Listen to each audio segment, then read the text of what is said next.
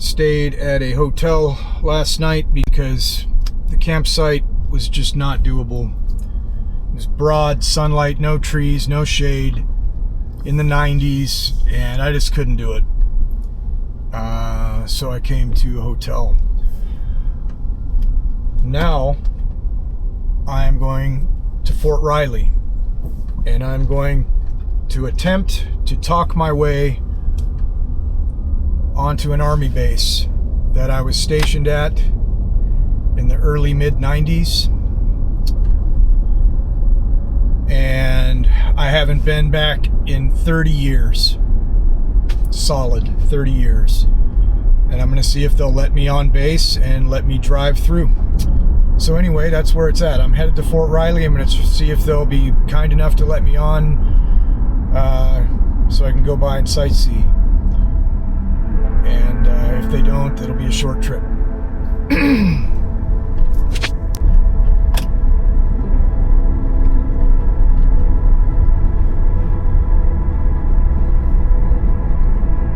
In a quarter mile, keep right onto Taylor Road.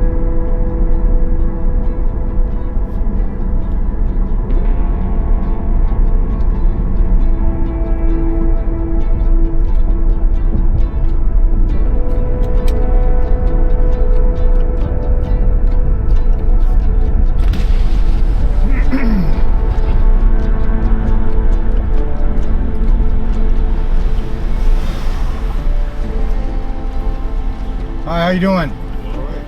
I'm sorry I don't have permission, but I was going to see, is there a way that I could get a visitor pass to do a drive-through? I was stationed here in the 90s. Okay, what we have to do is turn around. You're going to go down to the BCC, submit your license, and then they'll give you a pass. So you can see your license. Okay. All right. Just do a 180 right, and I'll give it back to you. Okay.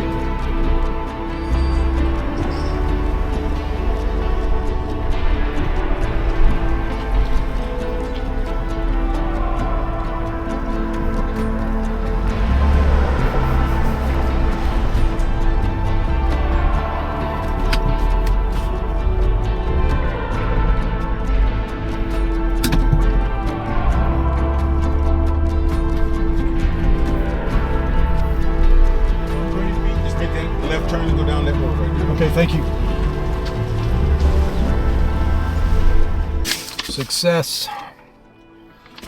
Had to give them my social, needed my license, had to verify my phone number, had to do a fingerprint.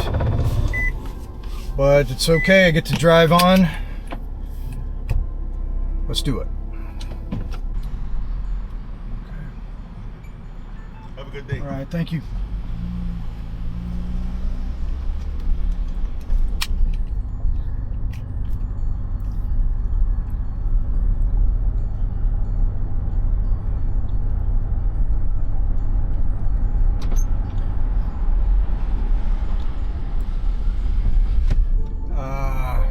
I'm just going from memory. All this roundabout, all this stuff has been, not new, I'm sure, but wasn't here when I was here. I remember the Marshall Field over here, the airfield, and this road, I remember, basically went this way, so I'm going to go this way.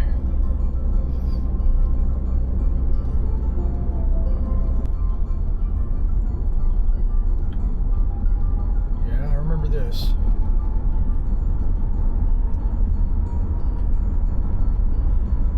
Kansas River runs through here.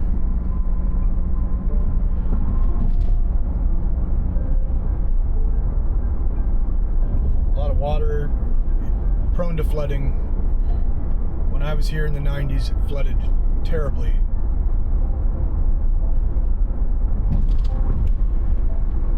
Fort Riley's been around since June 27th, 1853. Before that, it was called Camp Center because the surveyors believed they had found the center of the United States. Fort Riley was named in honor of Major General Bennett C. Riley, who had led the first major escort along the Santa Fe Trail in 1829. The fort took shape around a broad plain that overlooked the Kansas River Valley. The fort's design followed the standard frontier post configurations. Buildings were constructed of the most readily available material, in this case, native limestone.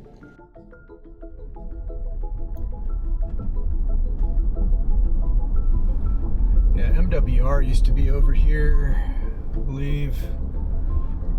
I am real close here to where I used to live. I would even be willing to say it's down that way.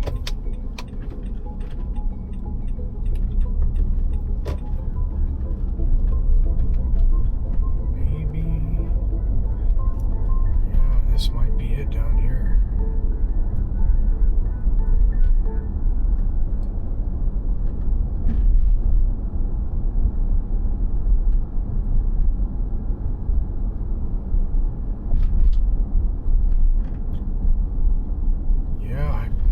This is it. It's my old barracks. That's it, man. Let me pull up here.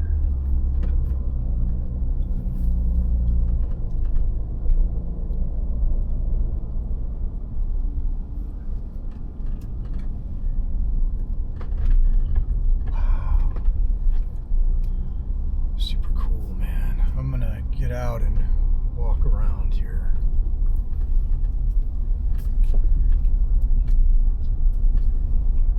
This has not changed. This is the same. It's been like this, these buildings, everything around here, it's been like this since probably World War I.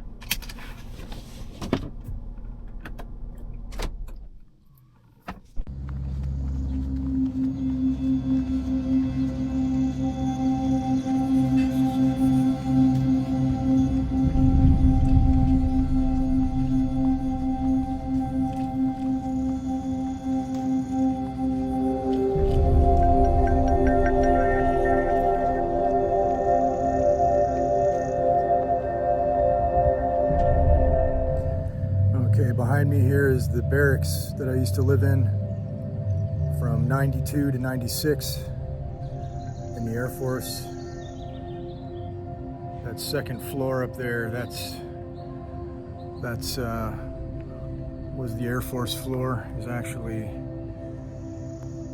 was my bedroom right up there, my dorm. Okay, I'm gonna walk around the whole building here.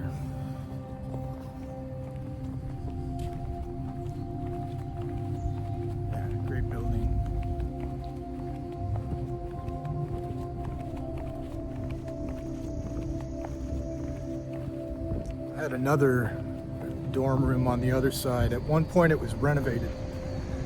They had asbestos tiling in there and stuff, and they had to do an update, so we all had to move out and move to Manhattan and get apartments or rent a house or whatever while they were doing those renovations, which took over a year. It took over a year.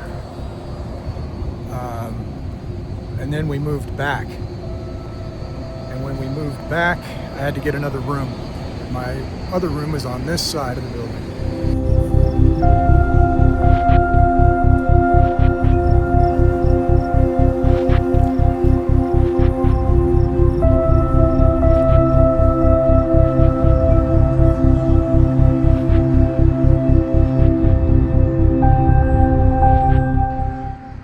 Yeah, this very memorable. On that whole second floor, that was the Air Force up there. Bedroom is down there at that end. And we used to barbecue out here.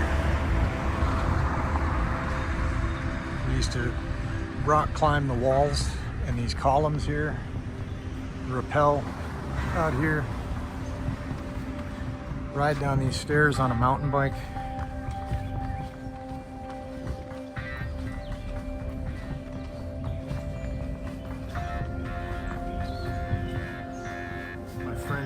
Used to ride down these stairs on a mountain bike, but they used to be the other direction. These stairs used to go from there down to here, and he used to ride his mountain bike down these stairs and then skid out right here. So at some point, they flip these stairs around.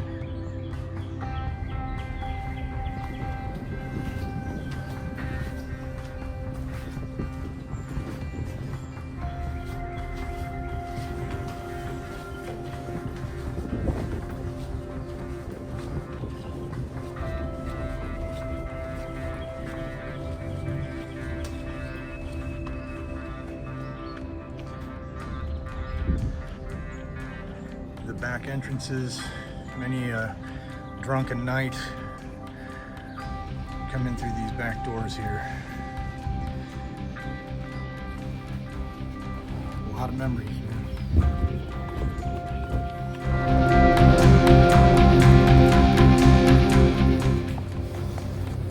Very memorable area over here too.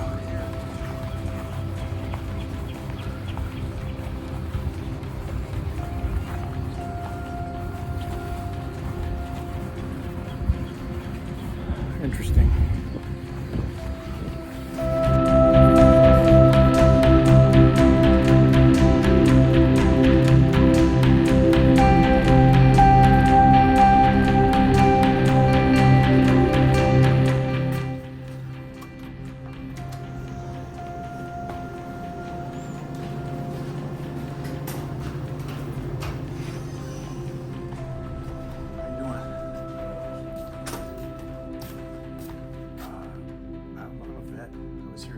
Ago when I was in the barracks upstairs, and I got a visitor pass. I was just wondering, it would be okay if I went upstairs.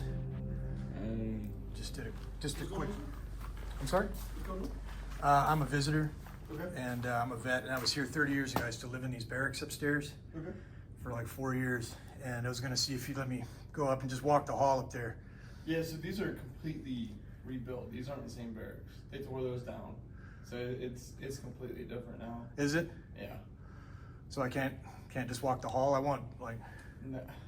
No. Yeah, I can't let you do that, sir. Okay, it's okay, but Yeah, no, this sorry is the about same that. building. Everything on the outside still looks the same. I can walk with you. Oh, okay. That should be fine now. Stairs are identical, exactly the same.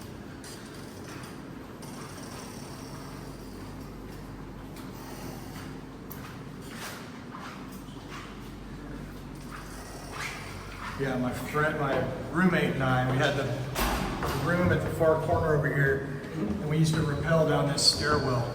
Okay. Just like on the weekends, just for fun. I'll just open this.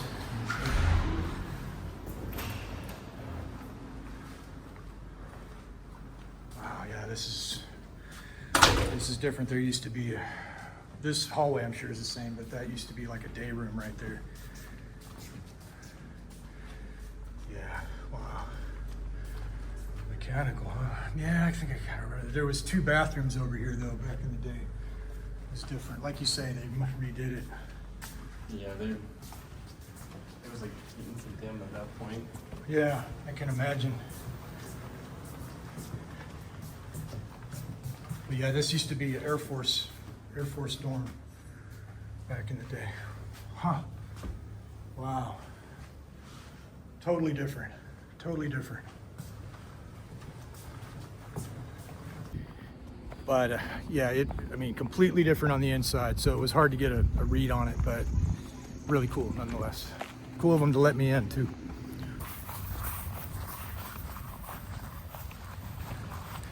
Yeah, a lot of memories on this field here. The first day I arrived at Fort Riley, okay, the first day I get here and I go to the shop, I'm in uniform, and it's a Friday. And I thought I was doing good by showing up on a Friday. Okay, what happened was they had a football game planned after work, and now I had to play football. I said, okay, not exactly what I wanted to do the first day of work, but we get out here for a touch football game, and I catch a pass, and a big guy named Del Vecchio knocks me on my ass, and I land on my left hand, and break my wrist. First day of work, first impression with these guys. So I get up off my ass and I play the rest of that football game with a broken wrist. I even caught another pass at one point, but I broke my wrist the first day. Then the next day, Saturday, I was laying around in so much pain, I finally walked to the hospital, got it looked at. They couldn't put a cast on it, they had to put some wrap on it or something. First day of work, I break my wrist. Okay? So that was my first experience here at Fort Riley, was on this football field playing a gentle game of touch football.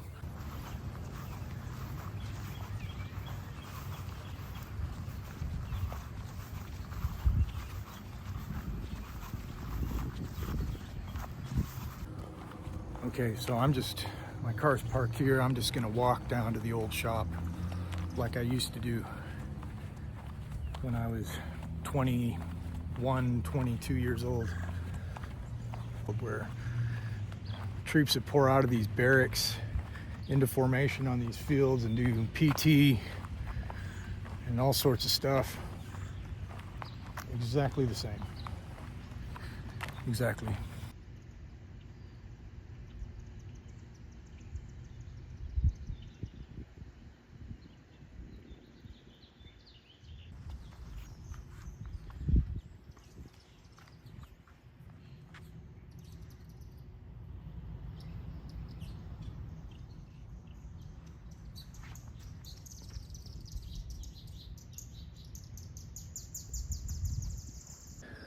Okay, here it is. I used to work in this building for almost 4 years. It was Air Force TACP back then. Now it's 346 MP Company.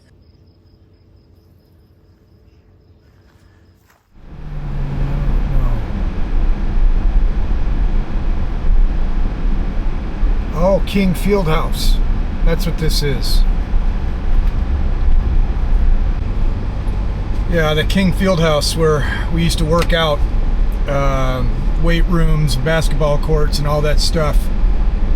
It was built in 1889, and it was an indoor training arena for their mounted cavalry troops, and they did like Olympic equestrian riding there and stuff.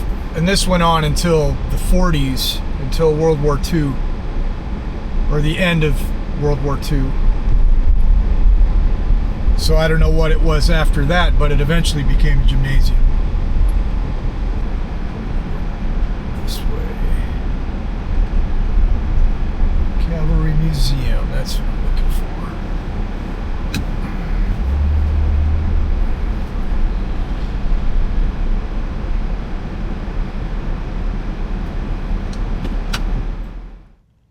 Patton Hall opened in 1940 as the academic building for the United States Army Cavalry School, but the traditional horse cavalry was already nearing its end.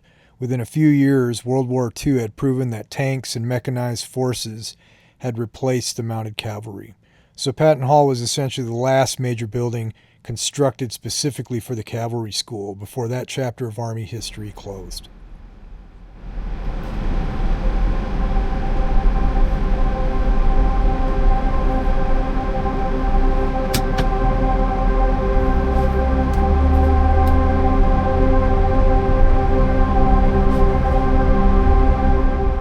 The U.S. Cavalry Museum is one of the 4 oldest buildings on Fort Riley. It was built in 1855 and had an addition put onto it in 1890, and you can see the difference in stone quality from the smooth-faced older stone to the rougher new stone here where this turret clock tower is. Okay, let's check these bad boys out here.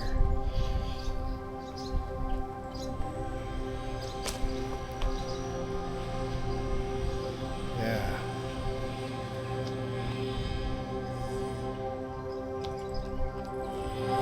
Man, that rubber tread sure does last a long time, doesn't it?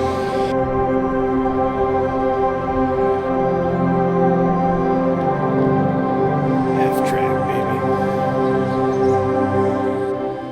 M5. light tank. That is a light tank, man. It's little. Me standing next to it, it's not very big. Very cool.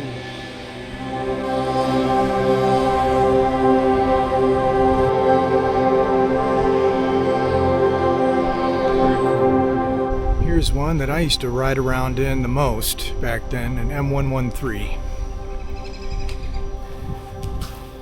M113 Armored Personnel Carrier. I had many adventures in these, let me tell you. Many hilarious, fun adventures.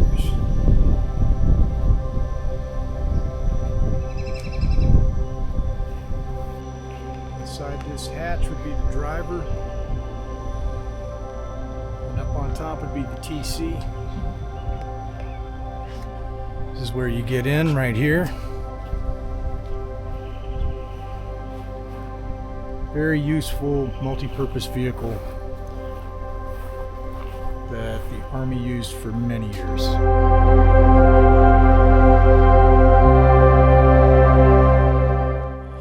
By 1942, the age of the mounted cavalry had come to an end. The horse that had carried American soldiers for more than 160 years gave way to armored vehicles, and Fort Riley began writing a new chapter in military history.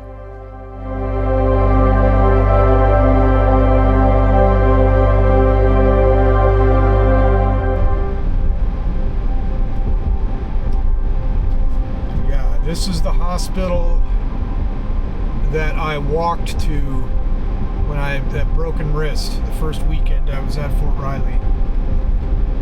I imagine it's still a hospital.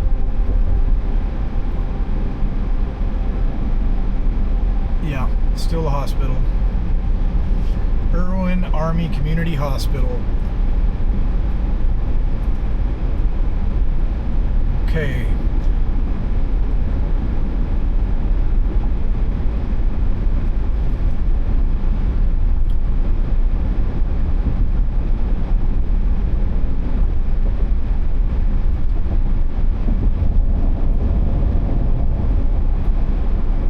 First capital of Kansas. Wow. I'm gonna circle back around.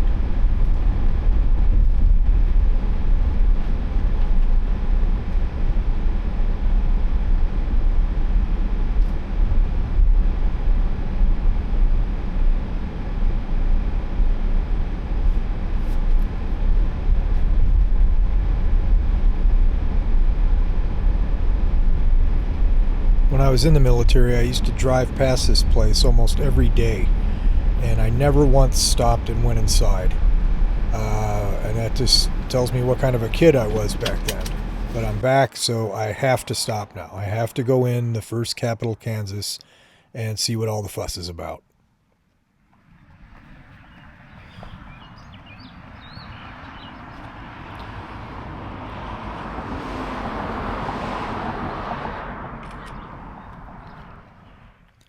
The first territorial capital of Kansas is the sole remaining building of the ghost town of Pawnee, Kansas.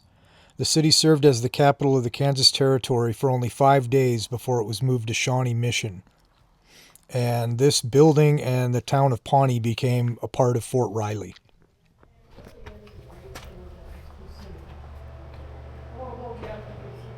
You don't want to get your time in so that you can make it there and get your house too. This exhibit shows a typical camp setup that one of the legislators may have had. They had to camp for 5 days here while they were meeting about the territory and their various disputes. Welcome to First Territorial Capital. Hi, how are you? The first session of the legislature met for only 5 days in the Pawnee capital, July 2nd through the 6th, 1855. Dissatisfied with the location and the condition of the building, they were determined even more than before to relocate to Shawnee Mission, where they would be closer to the Missouri constituents who illegally elected most of them. 13 members made up the council, which met on the Capitol's second floor, and 26 comprised the House, which met on the first. Of the 39 total legislators, only 8 had free state ties, while 31 were from the South. They ranged in age from 23 to 55. On July 4th, the legislators passed their bill to move to Shawnee Mission and quickly overrode the governor's veto of the measure. After adjourning on the 6th, they loaded up their property and on horses and wagons headed for the new site, with the governor compelled to follow. What stands out to me is how nice this place is now, because it was not this nice in 1855. Okay, it was very clear when the legislators showed up, the building was not finished yet. There was a big hole in the ceiling, and it was just not a very comfortable place.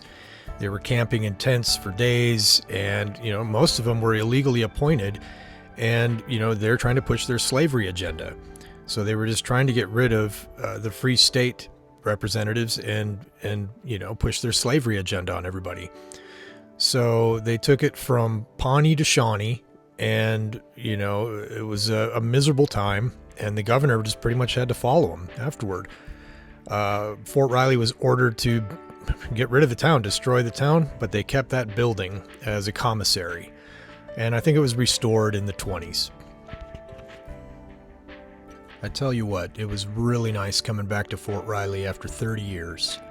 I have a new appreciation for this place. Honestly, I wasn't even prepared to make a video out of it. I wasn't even sure if I was going to shoot video here, just because I wasn't even sure if I could get on post. But now I know that you can get visitor passes online, and there's a self-guided walking tour you can do, which I'm sure is much more informative than what I did here. But I recommend it. It's a really well-preserved military historical site that's still in use. And that's what's amazing to me. It's like walking around in an outside museum where the only thing that really changes are the people who are here, but the buildings stay the same. The footprint stays the same. So thank you for watching.